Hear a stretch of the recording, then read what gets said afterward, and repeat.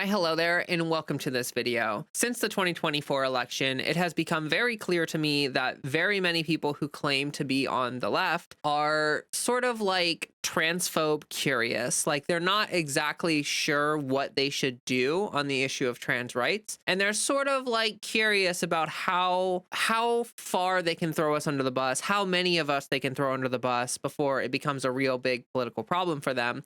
And they're thinking that like in doing this, by throwing trans people under the bus and giving up on us, that they can try to win some of these like moderate conservative or like right-wing people over to the Democratic side by saying like, hey, you know, we're not like these crazy leftists who like care about human rights and stuff. Like we just want to be bigots just like you. Now, just to be crystal clear, and I don't even feel the need to show you the stats on this. You can look it up if you want. But in the past two election cycles, Democrats tried desperately to try to pull Republicans away from the MAGA camp because the right has moved so far to the right. They've moved so far to the extreme right, especially like the leader of the party, Donald Trump. A lot of Democrats kind of felt like, hey, maybe we can get some of these disaffected Republicans to vote for Democrats just to kind of vote against the far right. This did not work. It didn't work for Biden and it didn't work for Kamala. It was actually worse the second time around during Kamala's campaign. And they tried to run the most moderate campaign of all time for Kamala Harris. She spent an enormous amount of time campaigning with Liz Cheney. She tried desperately to make herself sound moderate and centrist. She did not talk about identity politics. She did not talk about culture war issues. She did not talk about trans people at all. Like during the campaign, like she didn't talk about any of that stuff at all. It was completely mum's the word, ignore that trans people exist. And at the same time, let's try to appeal to these Republican voters. If you look it up, you will see that actually between the Biden and the Harris campaign, we lost Republican support. So like this whole like, hey, we're just trying to be like centrist, or we're just trying to be moderate, or we're not crazy like these far leftists. Like we have, other ideas or whatever. Like it just doesn't work. You're not pulling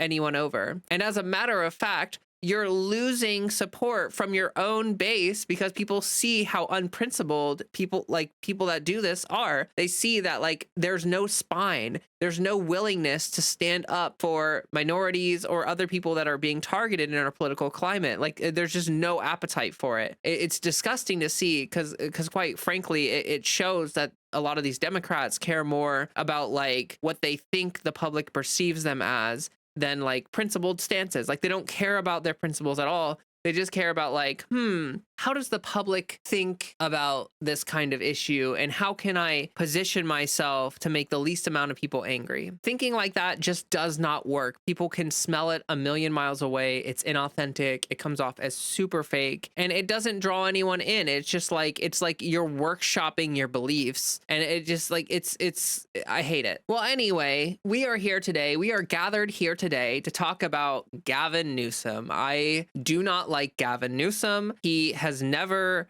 appealed to me. I think that, he can be sort of like a decent speaker at times, like public speaking wise, he can do some decent things there, but like he's super unprincipled. He constantly capitulates to the right. And he's like one of the scummiest politicians ever. Like he's so scummy. It's disgusting. Well, he started a podcast and for his, like, I cannot believe this. Like, I genuinely cannot believe this.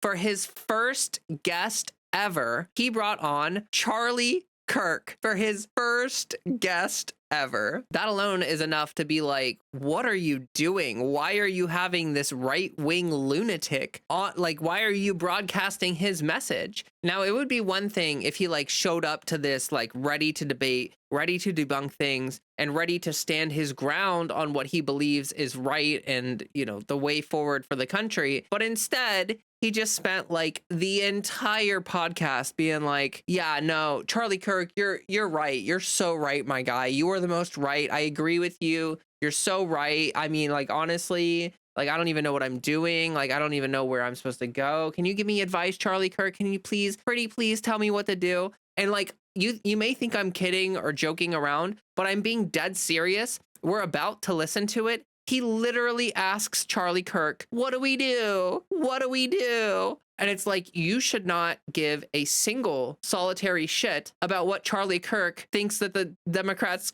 should do. Like, that does not matter. He does not matter to you. And you should view him as opposition. You should view him as someone that you need to combat, like, in this conversation. Like, you need to confront him in his BS. Okay, well, I can do more ranting after we listen to this podcast segment. It is about like 5, 6, 7-ish minutes long, and I will do my best not to pause it in the middle of it so that you can get the entire clip here. But we are going to go ahead and listen to this, and I'm just saying, if you have blood pressure issues, if you care about human rights, this is going to be extremely aggravating for you. I am dreading having to listen to this again because it made my blood pressure spike, like just listening to this like little 7-minute segment or whatever. But we're gonna go ahead and listen to it, and I will come back with more ranting when we're done. Harmonious thing of like 22 senators all saying the same thing. Didn't like that, yeah. I didn't like it. Go ahead, go do more of that. What do you do? What do you do? Seriously, Charlie Kirk, give us some advice. Get better ideas, Governor. Like, for example, I mean, like, if you want to, like, you have an opportunity to, like, run to the middle and seize this mantle. Obviously, you're talking to me of all people. Yeah. So, like, you right now should come out and be like, you know what? The young man who's about to win the state championship in the long jump in female sports, that shouldn't happen. You as the governor should step out and say no. No, and I appreciate but like, would you do something like that? Would you say no men in female sports? Well, I think it's an issue of fairness. I completely agree with you on that. It is an issue of fairness. So it's deeply unfair. Would you speak out against this young man, A.B. Hernandez, who right now is going to win the state championship in the long jump? I can see you wrestling with it. No, I'm not wrestling. I'm not wrestling with the fairness issue. I totally agree with you. By the way, as someone with 4 kids, I think and 2 daughters, right? 2 daughters. And I have a daughter too. And a wife that went, God forbid, to Stanford and played on the junior national soccer team, and a guy who got into college only because I was left-handed and could throw a baseball a little bit or hit the ball for a little bit. So I revere sports, and so the issue of fairness is completely legit. And I saw that the last couple of years. Boy, did I saw how you guys were able to weaponize that issue at another level. Not weaponize. That's well, weaponize may be pejorative. You're right, but you were able to shine a light on, highlight it in a way that, frankly, there are not that many. We're talking about, I think, the NC2A, what, 510,000? No, but I just didn't realize. It's 890 medals and trophies that we know of in the last 5 years. That's a lot. No, so let me step back, say completely fair on the issue of fairness. I completely agree. So that's easy to call out, the unfairness of that. There's also a humility and a grace, that these poor people are more likely to commit suicide, have anxiety and depression. And the way that people talk down to vulnerable communities is an issue that I have a hard time with as well.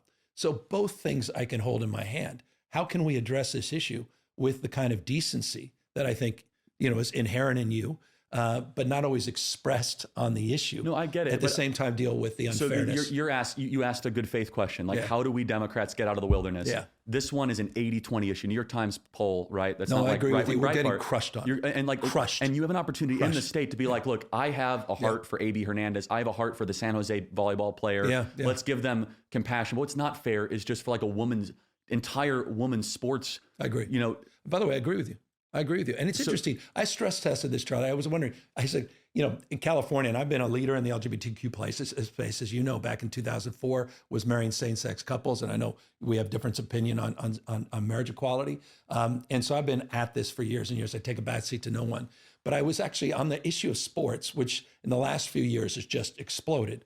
Trying to understand the 10 athletes in the NC2A, 510,000 athletes, but 10 athletes, and but how profound. And even my own friend cohort, people saying, the hell is going on? Mm-hmm. Why aren't you calling this out? When did this happen? So in 2014, years before I was governor, there was a law established the legal principles that allow trans athletes in women's sports. But the issue of fairness is completely legit. So I completely align with you.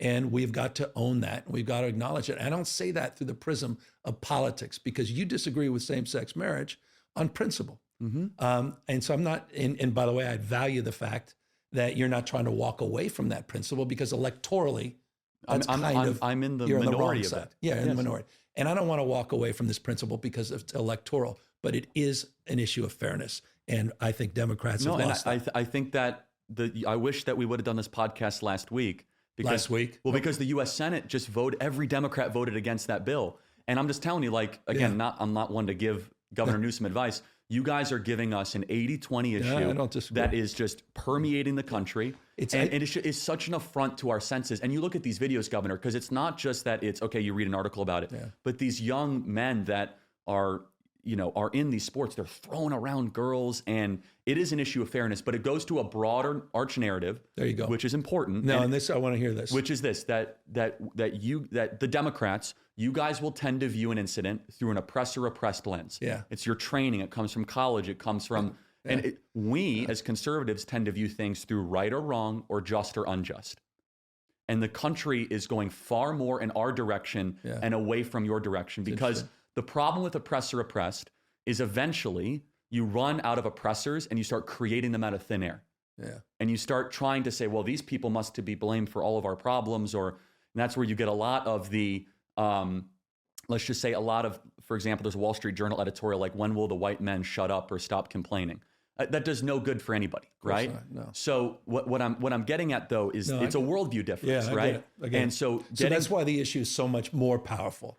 Of course it is, but it's also pattern recognition. Yeah. It's pattern recognition of a Democrat Party that post 2020 decided to go all in. We call it woke. You might call it, justice or whatever it is, but it's so outside of what we would consider traditional Americans' norms and customs. A Democrat strategist would say, "Oh, Charlie, you're weaponizing stuff." Not you, but like that's a typical thing. Right. But the most effective ad of this election cycle, what it is? Yeah, and devastating. Trump's for you. She's for they, them. And devastating. Devastating. But let's talk about, she didn't even react to it, which was even more. And let's talk about why it was devastating. Number one, it was the trans issue that was just monopolizing. And this was even more challenging because there's issues of people that are incarcerated and illegal incarcerated individuals getting taxpayer funded. Yes, and gender reassignment surgeries. That is a 90-10, not an 80-20. Right, and then she's like enthusiastically defending it, bragging, being like, "I'm all for this. I'm all for this." And then you had the video that was a validator. Brutal. Yeah, and so tens of millions of brutal, and then the targeted focus from the Trump campaign, next level. And then Charlemagne comes out on Breakfast Club, is like, "This is insane," and they ran it on NFL football. Brilliant. Yes, and so you're trying to reach men. Yeah. It's a brilliant campaign commercial. It was brutal. It was devastating. It doesn't require. By the way, we were running around just for the what the hell it's worth for you. She was AG at the time. She was addressing the issue of a legal settlement. The courts were intervening on this topic, but she had the video where in the video she was obviously expressed support, and so 100% she was being a cheerleader for a very unpopular thing. It was it was a great ad, and I don't say that lightly. But this is important in political annals. And I want to make sure it's not just that this was like the Willie Horton ad of the 2024. Yeah. It wasn't just like a Lee Atwater brilliance. It's that it reflected truth that the voters felt. Yeah, I appreciate that. And because voters felt as if their country was slipping away. Yeah. Now the Democrats have a choice. You could say to those people, "You're racist, you're Nazis, you're fascists, you're terrible," or you can listen to them and be like, "Why is it that a steel worker in Pittsburgh who's voted Democrat his entire life is voting for Trump despite all of the stuff that's been thrown at him?" Yeah, and all the rhetoric that he's thrown at us. Yes, in that context. But it's a pattern, and the trans thing is just one of those things. But the second element was also what we... Okay, so we are back from listening to that horrific clip. I mean, I cannot believe the way that whole thing just went down. Like, the amount of agreeableness that you can hear from Gavin Newsom is insane. It's like he's talking with someone who's extremely bigoted, and he's just like, "Oh yeah, oh no, yeah, oh yeah, oh yeah, oh yeah." You like less than zero pushback. Like, he's actually capitulating entirely, like bending over for Charlie Kirk to just have his way with him or whatever. It's ridiculous. So I wrote down some notes here just to point out some things that I think are absurd. So first of all, of course, capitulating entirely, the whole like, "Oh yeah, oh totally, oh yeah."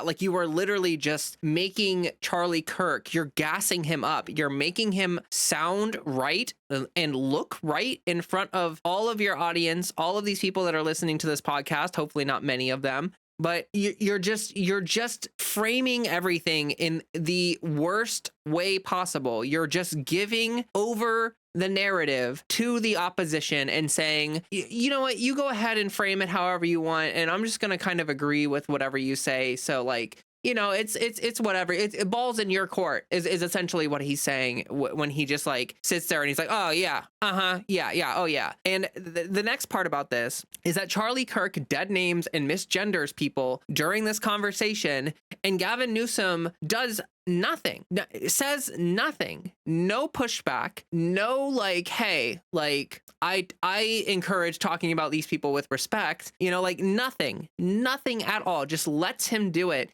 And of course, during the whole time, he's like, oh yeah. And it's like, dude, I'm furious right now. I'm actually furious. So that's just part of it.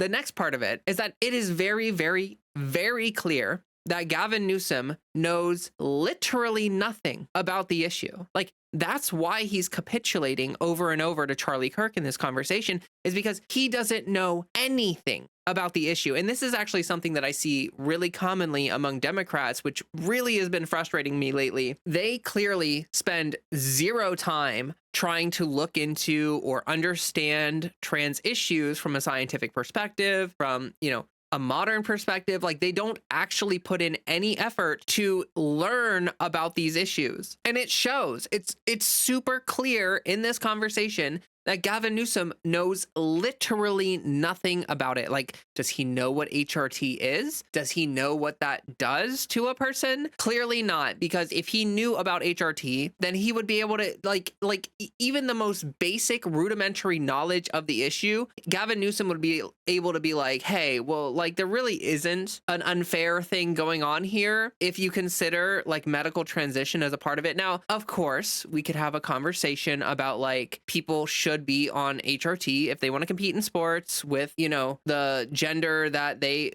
identify as. HRT is an important part of that because, you know, it helps your body transition into the gender or sex, however you want to view it, that you want to live as. And so like, if a trans woman has been on HRT for like 2-3 years or whatever, there's zero biological advantage. You could even argue that there's less of an advantage. So they're at a disadvantage because a lot of trans women are on anti-androgen medications. So they have like zero testosterone or extremely low levels of testosterone, lower than cis women. And on top of that, most trans women will absolutely refuse to do things like testosterone therapy. Like, there are cis women who will take testosterone, they'll take, you know, steroids, they'll take things like that to try to give them an edge competitively in sports. But you will probably never hear about a trans woman like doping on performance enhancing drugs because it's just not going to happen. Like, can you imagine a trans woman taking TRT to like try to compete in a sport? Like the level of dysphoria they would feel. Like, it doesn't make any sense. It doesn't make any sense. And so it's clear that Gavin Newsom is just like, he's just hearing things vaguely and he's not actually spending any effort looking into this issue so that he can stand on knowledge. He's just standing on nothing. He's just standing on political speak and electoral whatever. And that's the next point, is that this is all politics for him. And you can tell. And he even says it in the conversation. He's like, well, I don't want to make this about what's a losing issue and what's a winning issue. I don't want to, you know, make this about electoral stuff. But it was literally what he's doing during the entire conversation. The only thing he talks about is how much of an electoral loser this was. Like, he's framing all of this through the lens of politics. And you can tell that there's no personal investment. There's no personal acknowledgement of the issue. It's literally just like, oh yeah, we got destroyed in the 2024 election. And because Republicans talked about trans issues so much, clearly that's why we lost. And it makes me so mad. Like, Charlie Kirk brings up a number of things that like he doesn't challenge at all. Like, apparently the trans sport issue is an 80-20 issue. Now, I think the reason why he might be saying something like that is like, I'm sure that 80% of people believe that like cis men should not be competing in like women's sports. Like that is just a thing that I think is what most people think when they hear about the trans sport issue. They think like, oh, there are cis men who are competing in women's sports. And now that's an extremely wrong view of what's going on in trans issues. Like, people are so ignorant on the issue that when you see that kind of polling or you see those kind of stats, you have to assume that those positions are coming from a place of ignorance. A lot of these people do not understand what HRT does, and there's a lack of educating people about the science of medical transition and about how a biological advantage really doesn't exist when people have undergone medical transition. Like, it's just not a thing. So you can tell that the entire thing for him is just entirely based on politics,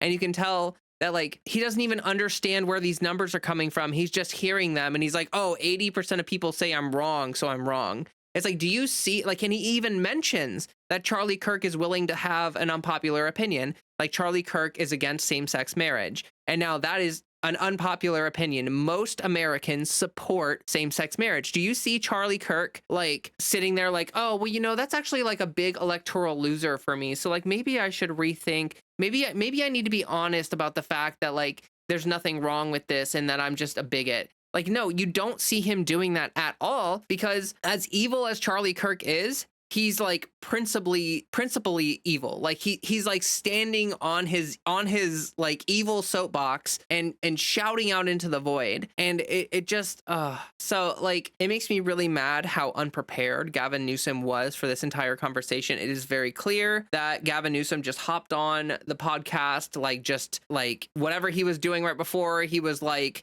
slamming his head into a wall over and over, killing brain cells. And then he just like walked into a room and started talking to Charlie Kirk and was like, oh yeah. And it just like, so frustrating. I know I'm rambling and I'm ranting, but the anger, it's real. And then the last couple things that I want to bring up is that, like, again, Kamala ran the most moderate campaign ever. She ran an extremely moderate campaign. She said we should have the most lethal military force in the world. Like, she didn't bring up gender identity or race or cultural war issues at all. She talked almost entirely about the economy. She talked about like it like these people like didn't pay attention to Kamala's campaign. Like, they didn't actually do that. And like the one thing that they bring up was like a video, and Gavin Newsom does mention this. I give him like this much credit that he mentioned that Kamala, like the video that they were talking about her defending sex change surgeries for inmates. First of all, that stuff happened under Trump in his first term because it's the law of the land, and Trump during his first term let it keep going. So it's not like okay, but anyway, Kamala Harris was talking about it in like 2019. It's like an old video that was brought up where she was in an AG position and she was talking about the issue. And she was essentially saying like, it's the law. We're following the law. We're, providing healthcare. That's the law. We're following the law. And like, this is, according to Charlie Kirk, this is framed as like her being the biggest woke scoldy giga cringe leftist that has ever existed. It's like it's mind melting how easy it is to combat Charlie Kirk, and yet Gavin Newsom's just sitting there like yeah. And then lastly, Charlie Kirk mentioned that like trans issues were like a massive issue for Republicans. It's like this huge thing. And it was like second only to like the border or whatever, or maybe like the border was more important, but then like trans issues were second. And that's how Charlie Kirk thinks of things. If you look at like polling from like voters, then you will very quickly see that like the most important issues, it was the border, it was the economy, and it was like foreign stuff like Gaza and stuff like that, like stuff that actually matters to people's lives and stuff that they're seeing on social media, like stuff that's impacting them. That's what they cared about. Like transgender issues were not listed by polling as like the most important issue. They were like, it was like the very bottom of the list of issues. Like, I think it was like 19th or something on a list of like 20 issues, right? So like trans issues like trans rights wasn't this big thing that the Republicans think it was. Like Republicans spent so much money and so much time, and Donald Trump spent so much effort focusing on trans rights and attacking trans rights. And it has become this sort of like this thing where everyone thinks that like, oh, all of these people voted based on like trans rights, and trans rights were such a losing issue, and Democrats lost because of trans people, and trans rights activists have gone too far. But this is just like not borne out in the facts at all. Like, Kamala didn't run a progressive campaign. She didn't talk about trans people. And if you look at exit polling, again, people did not vote based on trans issues. And that should make it even more of a point, because the Republicans spent like $215 million or more on anti-trans ads, and it still wasn't important to their base. Their base didn't care about the trans issues. They cared about other things. They cared about everything else. The culture war stuff is just a distraction for the politicians to get away with not doing anything like delivering on the economy, because they're too focused on shouting about trans women and women's sports. Like, and so like the fact that Gavin Newsom was doing zero pushback during this entire conversation made me furious. It made me so mad. And it just goes to show how little these people care about us, like Gavin Newsom and other so-called Democrats, how little they care about us and how little they know about us. Rather than sitting down with Charlie Kirk, maybe, just maybe, Gavin Newsom should have on Aaron Reed or have on any other trans right activist who can explain to him why he's an incredible idiot in this conversation, and why he's incredibly misguided and capitulating entirely to right-wing framing. And it just like, I hope you're all as frustrated as I am, because I feel like I'm screaming into a camera right now. Like I'm just like yelling into the void, and I really hope that there's like a return to this energy back to me, where I get to read your comments and have a moment of catharsis about how much of a piece of shit Gavin Newsom is. But okay.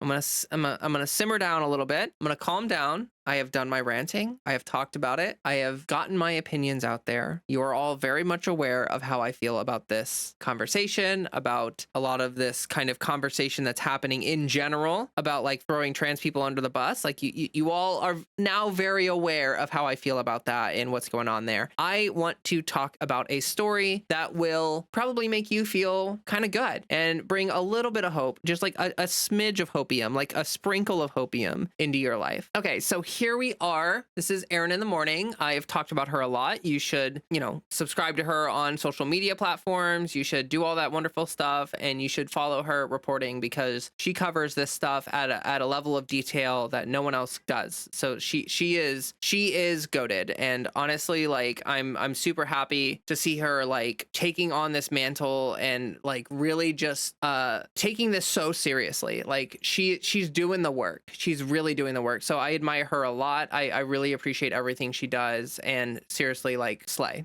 Okay, so here we are. Powerful speeches from trans Dems flip 29 Republicans. Anti-trans bills die in Montana. Transgender representatives Zoe Zephyr and S.J. Howell delivered powerful speeches on the Montana House floor on Thursday. Republicans defected en masse to join them in voting against anti-trans bills. Now, this might sound like too good to be true. Like, how is this kind of thing even possible? But let's go ahead and we're going to read the article, and then I'm going to show you the video of these speeches.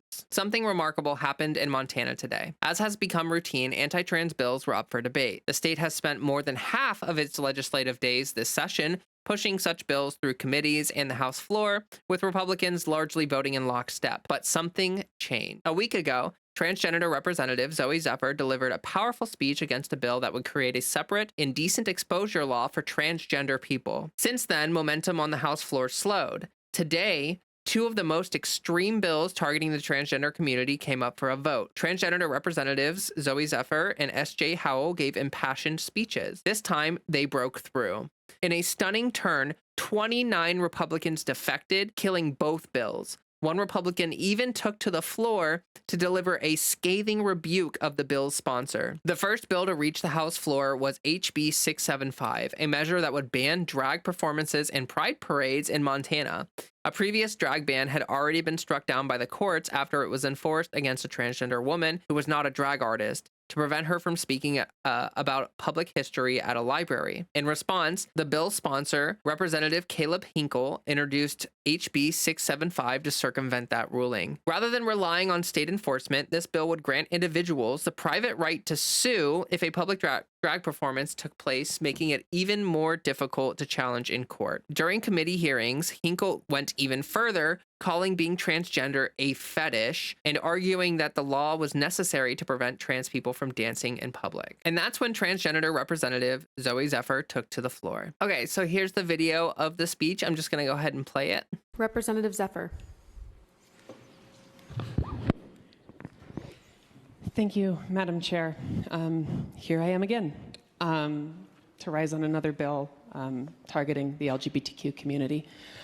I first want to start off and say, at its very core, drag is art. Drag is a beautiful art.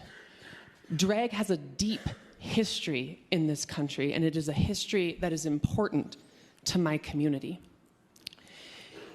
You know, if you are a woman in this body wearing a suit today, you are challenging gender norms that existed long ago. And in some ways, drag does work to challenge those norms. There were 3 articles of clothing laws 50 years ago that said if you wore 3 articles of clothing that were indicative of the opposite gender, that the police could stop you and arrest you. It was those laws that led to the police raiding an LGBTQ bar in New York and led to the Stonewall riots, one of the most important civil rights moments in my community's history.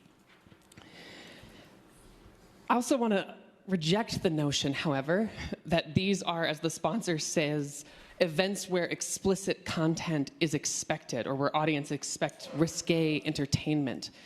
Drag story hours, I have been to here in Montana, they are like Disney princesses reading to people.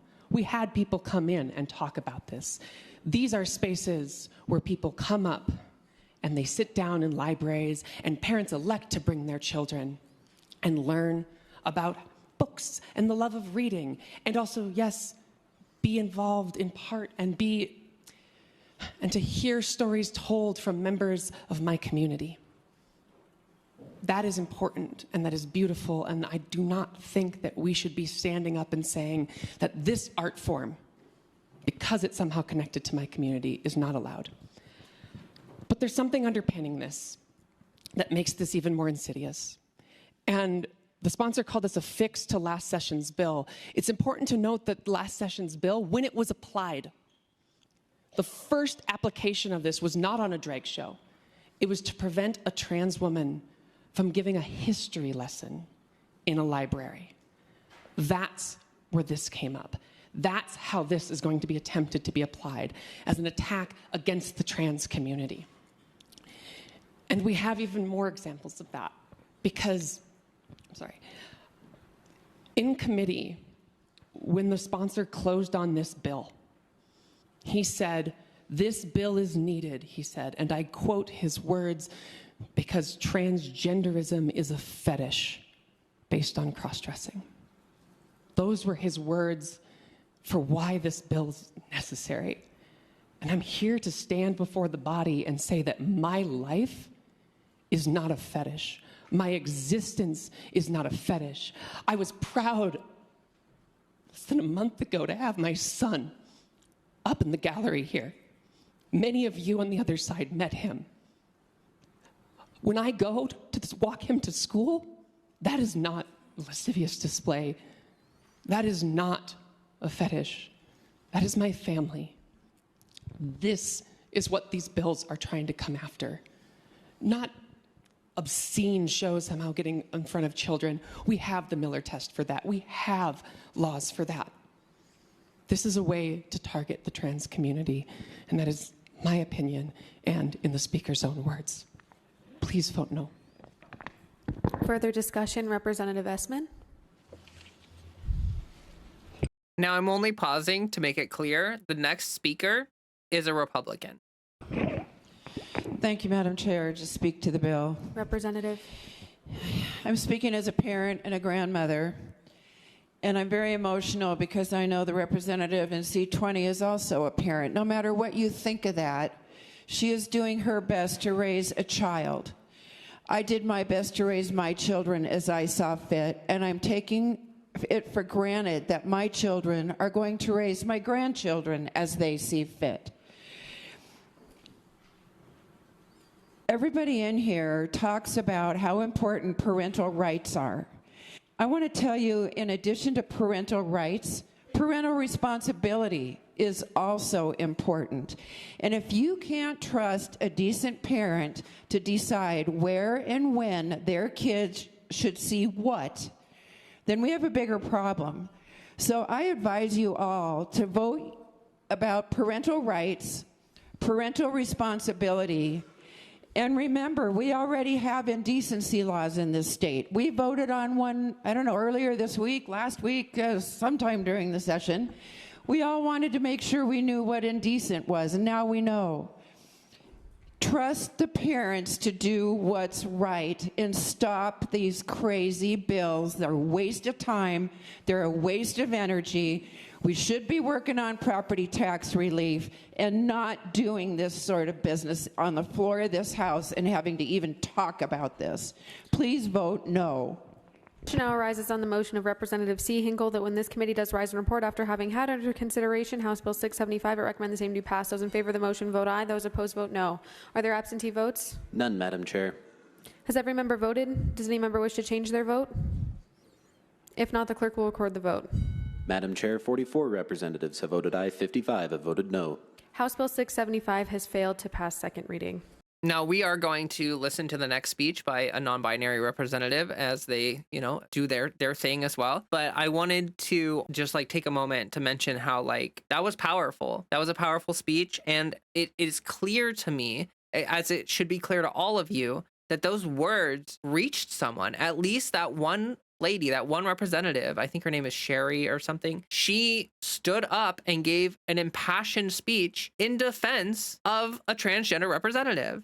She didn't even misgender, or it really shows how we can reach people. We can do that. And a lot of the reasons why I think that activism has not been super effective is because we're not doing all of the legwork that we should be doing. And I don't mean this as a criticism of my community. I just mean that we spend a lot of time with doing online activism and stuff like that. And that's all important. That's all valuable. But getting into office, having the ability to stand up and speak for your community and for yourself with your life experience, with your passion, that makes a big difference. It makes more of a difference than a lot of us think. I live in a red state. I've talked about this before. I have seen in my own personal life that there are probably 20, 30, maybe even 40 people who went from not knowing anything about trans people to meeting me and learning about me and becoming empathetic to me in my life and in what I go through. And that has a real impact, because these people, prior to meeting me, prior to having me in their life, they probably didn't say anything, or maybe the issues came up and they're I don't know, I think stuff's kind of weird or whatever. But now knowing me, I know for a fact, if someone says something bigoted to these people that have met me and they have a relationship with me, they're going to think about me, because I'm the only trans person they know. So someone's going to be oh, these trans people, and they're going to think of Leah. They're going to think of me. And they're going to be I like Leah. I think she's a cool person. I don't have anything against her. And it's going to start whittling away at that sort of complicit bigotry, where it's like you saw it with Gavin Newsom, where he just capitulates entirely to the bigotry. Because he has no principles to stand on. He doesn't care. He even said that his friend group was what are you doing? What's going on with this crazy trans stuff? You just basically admitted that your friend group, they're probably Republicans, or they're conservative, or they're just bigots. And you're not doing you're just telling on yourself at that point. It's not a big even my friend, he thinks that he's making a point about how crazy the trans activists are, but really he's just making a point about how shitty his friends are. I don't mean to go back into ranting about Gavin Newsom. I just mean to make the point that this kind of action matters. And I think now in this day and age, we have this feeling where like hyper partisanship is real, and we tend to think that there's no crossing the aisle, there's no learning or growth from the right at all. They're all bigots, they're all hateful, they all don't care about trans people. But then you have moments like this, you know, like that's really important, really important. So now we're going to go on to listen to Representative Howell speak. I actually have not listened to this, but this is the other half of this thing. So 13 Republicans flipped from Zoe Zephyr's speech, and I believe 29 Republicans flipped on this bill as well. So let's go ahead and listen to what they have to say. Thank you, Madam Chair. Colleagues, I stand to oppose this bill. I've spoken a little bit before about how I've had the opportunity to work on issues like this. I served on the Dependency and Neglect Task Force and the CPS working group over the interim, and I learned a lot doing that. And one of the things, I think the single most important thing that I learned is that when the state intervenes to remove a child from their family, that is one of the most serious and weighty responsibilities that the state has. That is not something that should be taken lightly. And frankly, I think every time a child is removed from their family, it's a tragedy. Sometimes it's a necessary tragedy, but it's tragic nonetheless, and it has consequences. This bill does not come close to the seriousness with which those decisions should be contemplated. And I want to talk to you briefly about what's actually in the bill. So the first thing you'll see on page 1, line 19, any child protective service specialist, peace officer, or county attorney who has reason to believe any child is in immediate or apparent danger of harm may immediately remove the child. That's existing law.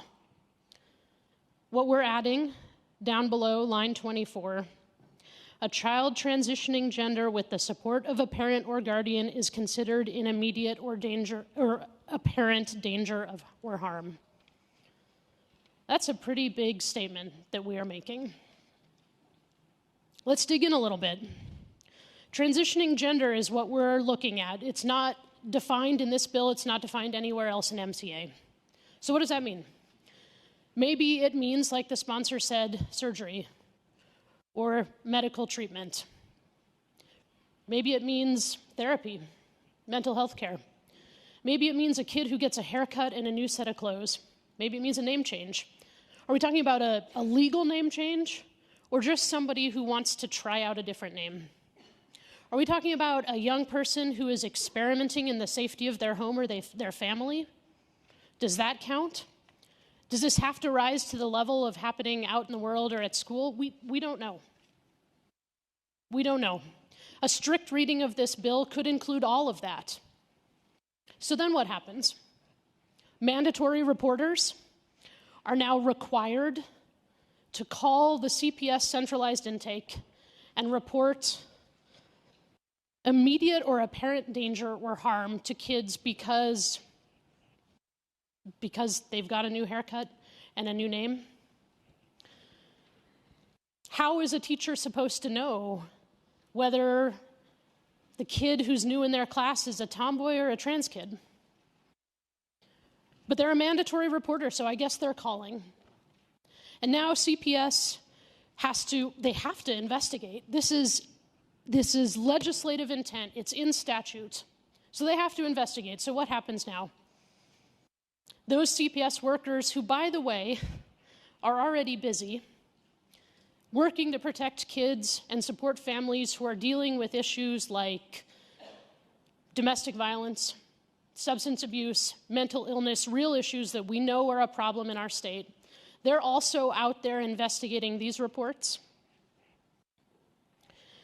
And so finally, put yourself in the shoes of a CPS worker who's confronted with a young person, 15 years old maybe, who is happy, healthy, living in a stable home with loving parents, who is supported and has their needs met, and they are supposed to remove that child from that home and put them into the care of the state. We should absolutely not be doing this. even if you disagree, and I know many of us do, that young people deserve the right to live their lives with freedom and self-determination, including with regards to their gender determination, I hope we can agree that the vision laid out in this bill is not right for Montana. Please vote no. Now arises on the motion of Representative Schubert that when this committee does rise and report after having had under consideration House Bill 754, it recommend the same do pass. Those in favor of the motion vote aye. Those opposed vote no. Are there absentee votes? None, Madam Chair. Has every member voted? Does any member wish to change their vote? If not, the clerk will record the vote. Madam Chair, 27 representatives. Yeah, so 29 Republicans flipped on this. Now, I got to be clear. It's 44 people still voted for the first bill and 27 people still voted for the second bill. And that in and of itself is sort of like a dystopian thing. Like, let's be real. Like, that's sort of like, wow, like how can there be any support for these bills? But we do have to keep in mind that these speeches were able to flip real Republican representatives and get them to essentially kill these bills. So huge shout out to both of these representatives, Representative Howell and Representative Zephyr. Like, they both killed it and did some really important work. Very brave work. Like, it's not easy standing up in front of a bunch of people like this and giving this kind of speech. But it shows how effective like this can be. And this is why I keep saying, like, organizing, running for local office, show up at your town hall meeting, show up at these local events and give a voice to our community. Don't let it just be the Republicans showing up, being bigots. Like, don't let that be what happens. Like, take it into your own hands, be an advocate, a good advocate, and do what you can actually do. Like, Twitter posting, like making a post on Twitter, like a super duper left-leaning post, like maybe it makes you feel good and maybe it gets you some likes and engagement, but that's not actually doing real work. Like, that's not actually making a difference. Like, we need to be encouraging each other to do the hard work. Like, even if you live in a Republican district, I believe that you should be showing up to these town halls. You should be letting people know that, like, you exist and you matter and you care, and trying to get people to understand what it's like to be a transgender American. A lot of people like view trans people as like this enigma or like this stereotype. Like, having a real person to humanize us, it's massive. It makes a big difference. But yeah, I'm gonna go ahead and start wrapping up this video. I planned on making this video shorter than my usual videos, and guess what? That did not happen. I was not able to hit that mark. So, maybe I apologize, maybe I don't apologize. I don't really care. I just tend to be long-winded and I rant about things and I ramble and all that stuff. So, it ends up happening where it's like I look down and it's like, oh, I've been recording for an hour. Who would have thought? But if you got this far in the video, I do appreciate you for watching. Thank you so much for taking the time and for listening. And I hope that this video spurs some California folks, or maybe just folks in general, to contact Gavin Newsom and let him know what you think of his podcast. I definitely rated it on Spotify 1 star, and I left a nice little comment, which is actually in review, so it's probably not going to let me post my comment. All I said is Gavin is a coward and an unprincipled loser. That's what I said. And apparently you're not allowed to say that on Spotify. I don't know why you can even comment on podcasts on Spotify. Like, that's kind of weird. I didn't even know that was a thing, but apparently that's a thing. So I decided to leave a little comment, and I don't think they're going to let me post it. So whatever. But what you should do, speaking of comments, is you should like the video. You should comment down below. Let me know what you thought about Gavin. Let me know if your blood pressure is okay. Like, if you feel the need to start taking blood pressure medication because of this whole ordeal, then I apologize. But,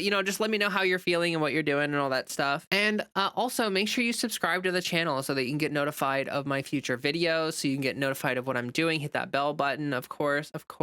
And I wanted to take a moment to mention that I have a Discord server. So I have the link for that in the description of my video. You just open the description. There's a link tree. You click the link tree, it opens up, and the Discord link is there. All of my other socials are there. I'm not super active on my other socials right now. I've just been so busy. Like, pretty much all I've been doing is YouTube and work and sleep. So, like, there's that. But I have a Discord server. We've got a lot of people in there. We're trying to build community, trying to give people a space to talk about these things, to express their feelings, to build camaraderie, to maybe get organized at a local level, meet people that might live in your state, that kind of stuff. It's a wonderful resource for people. We have a fantastic little community there. I'm super proud of what we're doing in that Discord server, and I would love for you to be a part of it if you want to be a part of it. So feel free to join. No pressure, of course, but we're there if you want us to be there for you as well. Also, I have a Patreon. So I started a Patreon recently, not too long ago, like a month or two ago, and it has been building support. I appreciate everyone so much for hopping in and helping me with this. It's creating a funding mechanism, trying to help me grow my platform, trying to help me build up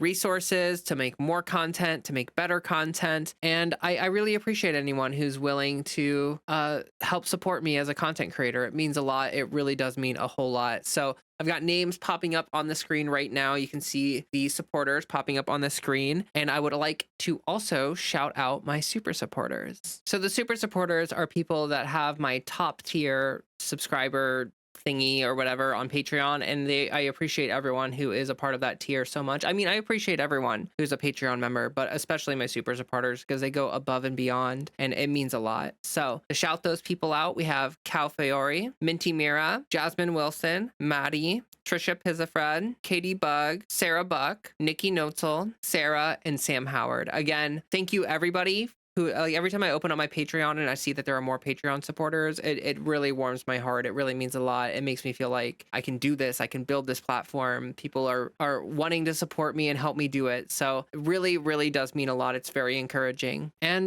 before I get out of here, the last thing I want to do is, it's just really important reminder. It's probably something you forgot about, so I feel very compelled to do this, but it's just super important that you find some water and drink it.